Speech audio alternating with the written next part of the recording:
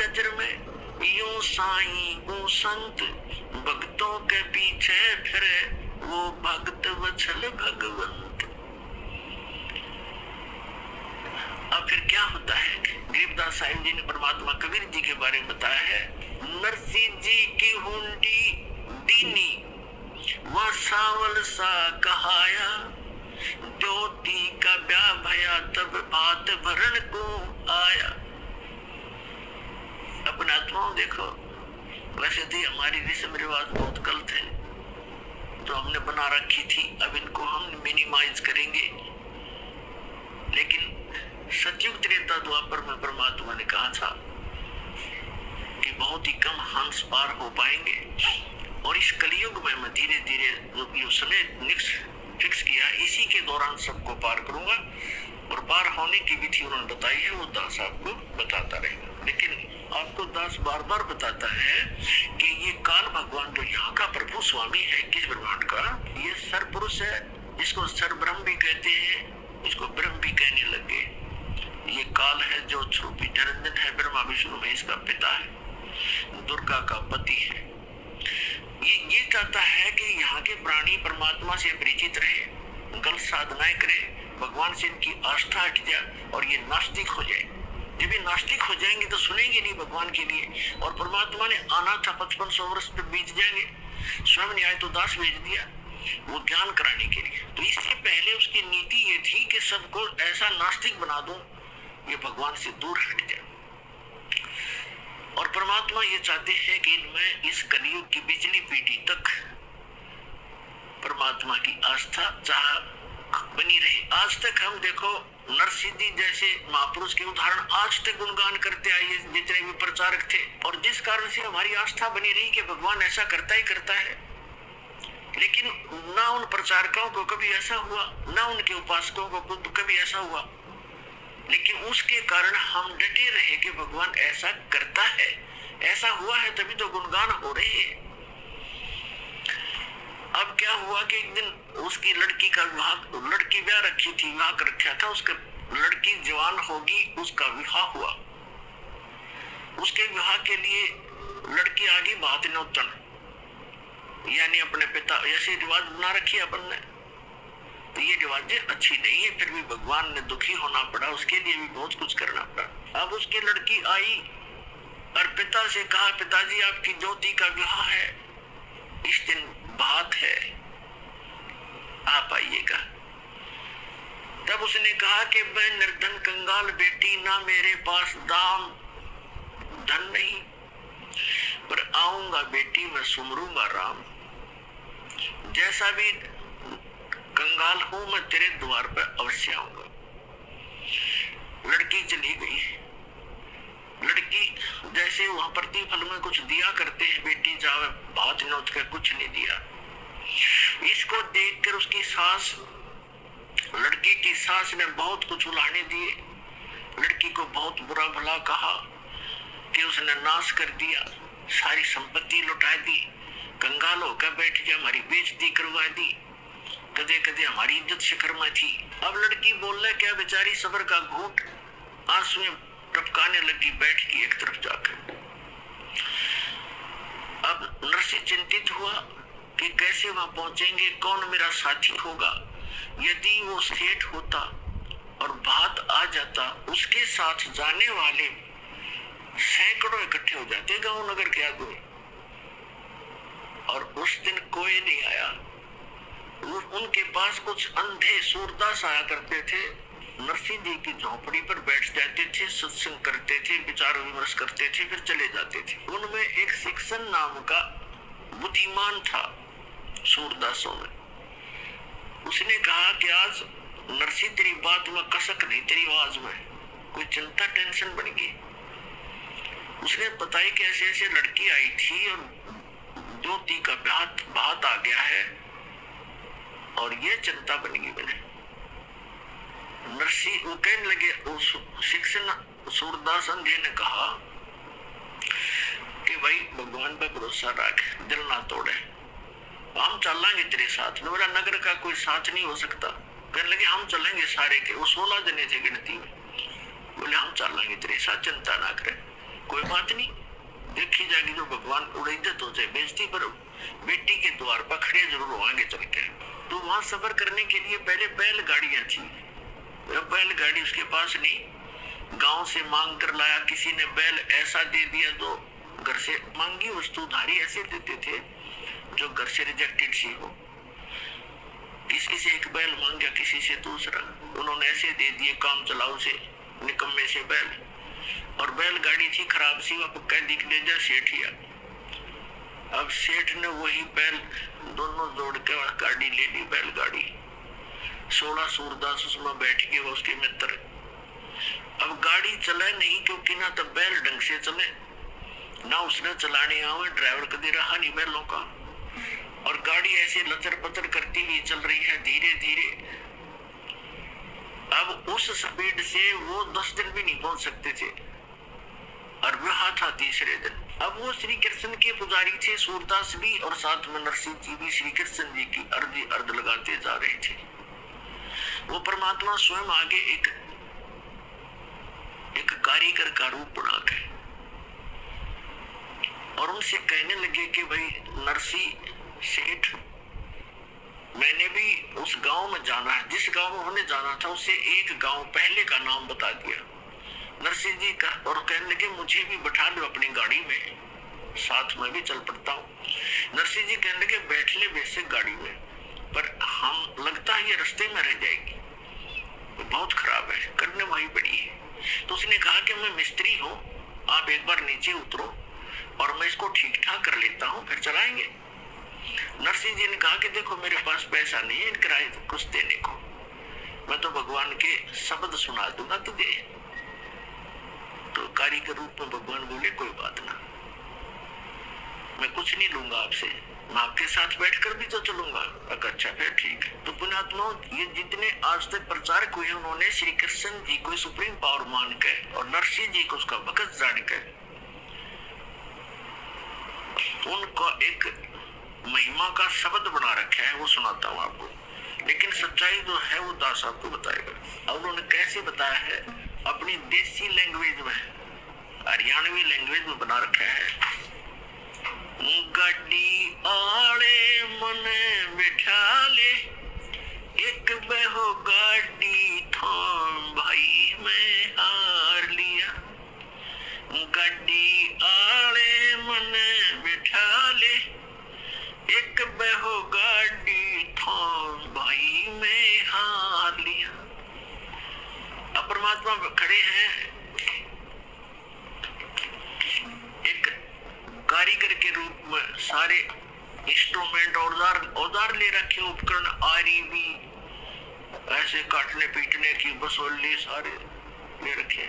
और क्या कहते हैं, गड्डी आड़े मन बिठा ले, एक बहो गाड़ी थाम भाई मैं हार लिया। नरसिंह जी जब न्यो बोले, या गाड़ी मेरी पुरानी है, प्रभु जी फिर न्यो बोले, भाई के मेरे त छानी है। प्रभु जी फिर न्यो बोले, क्या मेरे त छानी है, नाम कृष्णम जात का खाती, ये जानू सारा काम भाई मैं हार लिया। गड्डी आड़े मन बिठा ले, एक बहो गाड़ी थाम भाई मैं हार लिया।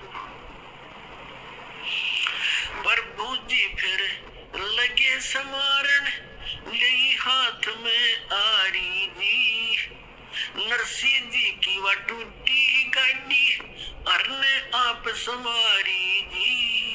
प्रभु जी जब लगे सवारण, ले हाथ में आरी जी, नरसिंह जी की वह टूटी गाड़ी अरने आप समारी जी। नरसिंह बोला मैं शब्द सुना दूं, ना देने को दाम भाई मैं हार लिया।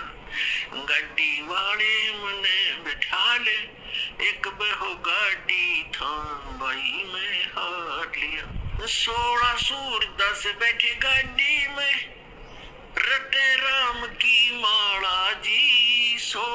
सूरदास बैठे गाड़ी में, वो रटे राम की माला जी।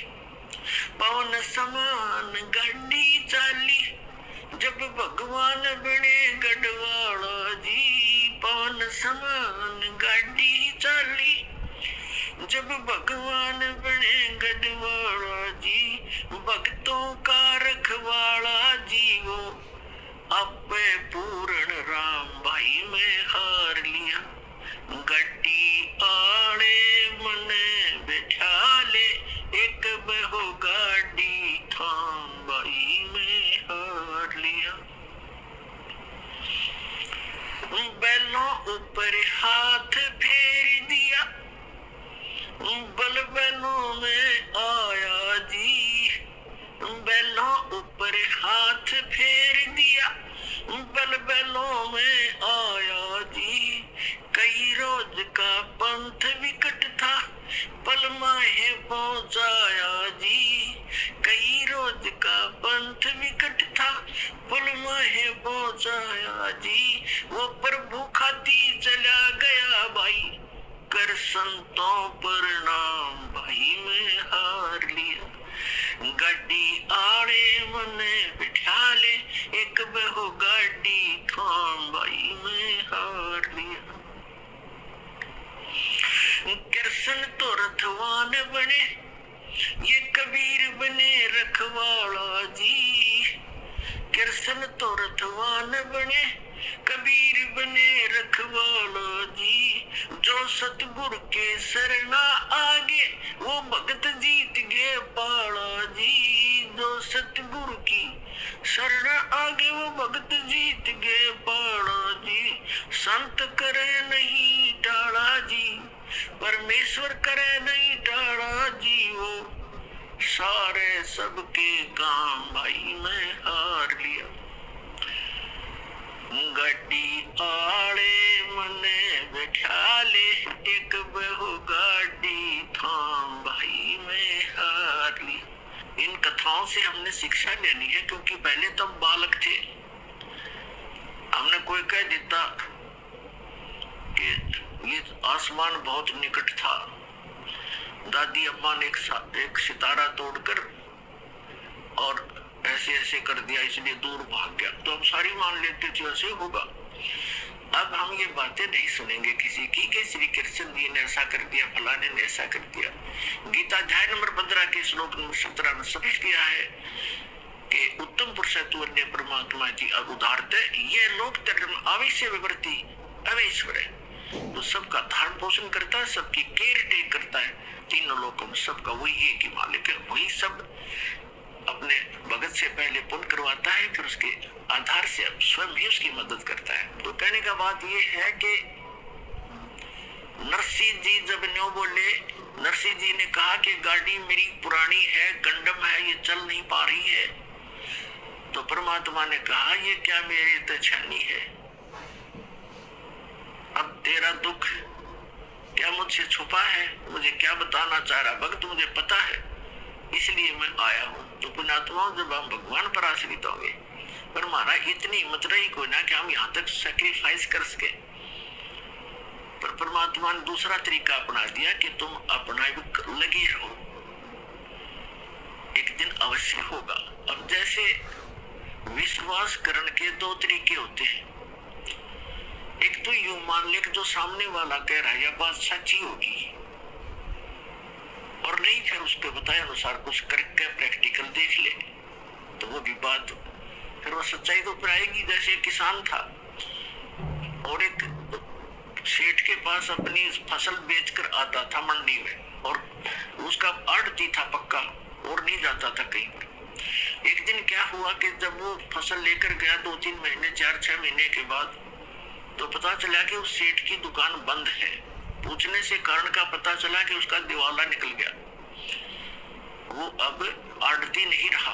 तो उसका मित्र भी हो गया था वो बहुत अच्छा। अब उसके पास गया, उसके कुछ पैसे भी देने थे, वो उधार ले जाता था उससे सेठ, वो किसान। उसके घर गया सेठ के, उससे पूछा सेठ जी क्या बन गई, कोई बहुत बुरा हाल हो गया, मेरा तो घाटा लग गया बिजनेस में बहुत गना और मेरा दिवाला निकल गया, रोजी रोटी को भी दूभर हो गए। कुछ रास्ता बता मेरे को मित्र। अब किसान को तो अपने ही प्रोसेस का पता था, प्रोसीजर का। कहने लगा भाई मैं तो अपना खेती बाड़ी के बारे में बता सकता हूँ और तेरी मदद कर दूंगा जितना मेरे से हो सकेगी। आप वहाँ खेती कर लो, हमारे गाँव में चलो, आपको कुछ ठेके पर कुछ मैं अपनी जमीन बहुत है वैसे दे दूंगा और आप उसमें बोलो, बीज भी उधारा दिवा दूंगा, उसको जमीन को बहाने वाले व्यक्तियों को भी रोक दूंगा, 2-4 महीने तेरे को पैसे नहीं लेंगे और अपना कर लो आप फसल। उसने सोचा चल भाई ठीक है, जब ये इतना साथ दे रहा था वो चला गया किसान के साथ। अब किसान ने बताया कि ये 10 एकड़ जमीन है, इसको पहले हल से बहा दे, इसका घास खत्म हो जाएगा। घास खड़ा था उसमें, तो उसने किसी किराए के हाली को लिया, उससे बहा दिया। अब कुछ दिनों के बाद उसमें फिर घास हो गया, तो किसान ने कहा कि इसको एक बार फिर बहा दे। उसको कई बार बहाना पड़ता है, अक्सर तरह कुछ ऐसे है।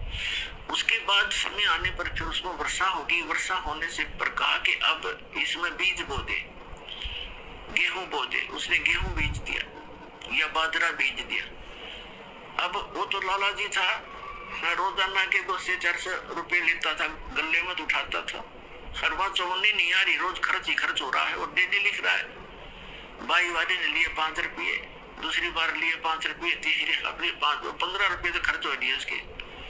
और अर्न इनकम अभी कोई आशा नहीं। जब उसने गेहूं बीजे, गेहूं का भी हिसाब ला लिया, बीज 50 रुपए का बीज गेहूं का, वो भी लिख लिया। उधार थे, देने तो थे ही उसने सोचा बड़ी बात बिगड़ी भाई, आता कुछ नहीं, जा ही रहा है। फिर देखा वो गेहूं बोने के बाद क्या देखा, खेत में सारे में घास उग गया। उसको पता था नहीं प्रोसेस का। वो सारे में गेहूं उग गए थे, सारा हरा भरा हो रहा और वो माथे बात लाए बैठे। उसने ये सोचा था इसमें फिर घास जाम गया, मित्र कहेगा इसने फिर बवा दे। तो किसान भी घूमता फिरता चला गया देखने के लिए अपने मित्र की खेती देखो कैसी लगी है, बहुत बढ़िया लगी थी। तो उसने पूछा भाई कैसे बैठा है सेठ जी, ऐसे क्यों चिंतित है? कहने लगा भाई मित्र मैं तो जाऊँ अपने घर में, क्या बोला फिर घास जाम गया, इसमें आप कहोगे फिर बवा दे, इसमें 5 रुपये फिर लगेंगे। तो वो हंसा उसका मित्र के नहीं ऐसी बात नहीं है, अब नहीं कहूंगा बहाने के लिए, अब तो ये फसल होगी तेरे, ये फसल है, गेहूं होंगे। अब उसका ना जच्चे क्योंकि उसको पता नहीं था कि गेहूं बनेंगे कैसे, इसमें गेहूं तो मिट्टी में डाल दिए सारे खराब हो गए। तो उनको देख रहा कि गेहूं तो खराब हो गए। अब कहने लगा तो विश्वास रख। उसको विश्वास यूं था कि उसका साथी भी ऐसा ही कर रहा था, अक्यों भी ऐसे बोल रहा है, तो थोड़ा दिल डट रहा था पर दचा कती नहीं थी। और जब वो परिपक्व हो गए गेहूं, 40 मन गेहूं डाले थे 1 एकड़ में और 40 किलो, और फिर वहां निकले काफी 20-30, उसमें ऐसे होते थे 20-30 मन। तो जब वो गेहूं पक गए, उसमें बाली को उसने फोड़ कर देखा, उसमें गेहूं थे। ओहो, तब उसको विश्वास हुआ कि सच में जो मित्र कह रहा था आज वो सारी सच्ची पाई। तो पुण्यात्माओं ऐसे ही एक जो ज्ञान है आप प्रथम बार सुन रहे हो, इस भगवान के विषय में भी आप प्रथम बार सुन रहे हो। बहुत से कि प्रथम शब्दों जिसने अब ज्ञान लिया, यहाँ से उपदेश लिया, वो प्रथम ही समझा जाता है। तो दास जो आपको बता रहा है, दास ने भी वही काम किया है जो आपको समझा रहा हूँ, बता रहा हूँ, और फिर आपके साथियों को भी ये लाभ हुए हैं। तो आप इनको देखकर और इस ज्ञान को आधार बनाकर ये करते रहना, एक दिन विश्वास आपका हो जाएगा। तो इस प्रकार हम जो साधना किया करते थे वो गलत करते थे।